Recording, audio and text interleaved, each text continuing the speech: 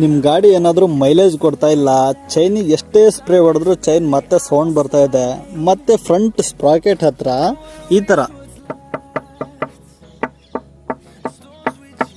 ಥರ ಸೌಂಡ್ ಬರುತ್ತೆ, ಟಕ್ ಟಕ್ ಟಕ್ ಟಕ್ ಟಕ್ ಅದ ಫ್ರಂಟ್ ಮಡ್ಗಾಡಿಗೆ ಏನೋ ಹೊಡಿತಾ ಇದೆ ಅನ್ನೋ ಥರ ಸೌಂಡ್ ಬರುತ್ತೆ.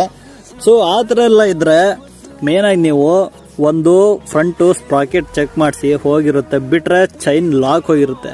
ನಮ್ಮದು ಸೇಮ್ ಪ್ರಾಬ್ಲಮ್ ಆಗಿತ್ತು. ಗಾಡಿ ಮೈಲೇಜು ಬರ್ತಾ ಇರಲಿಲ್ಲ ಮತ್ತು ಸೌಂಡ್ ನಿಲ್ತಾ ಇರಲಿಲ್ಲ ಎಷ್ಟೇ ಸ್ಪ್ರೇ ಮಾಡಿದ್ರು. ಸೊ ಹೋಗಿ ಚೆಕ್ ಮಾಡಿಸಿದ್ರೆ ಫ್ರಂಟ್ದು ಸ್ಪ್ರಾಕೆಟ್ ಹೋಗಿತ್ತು.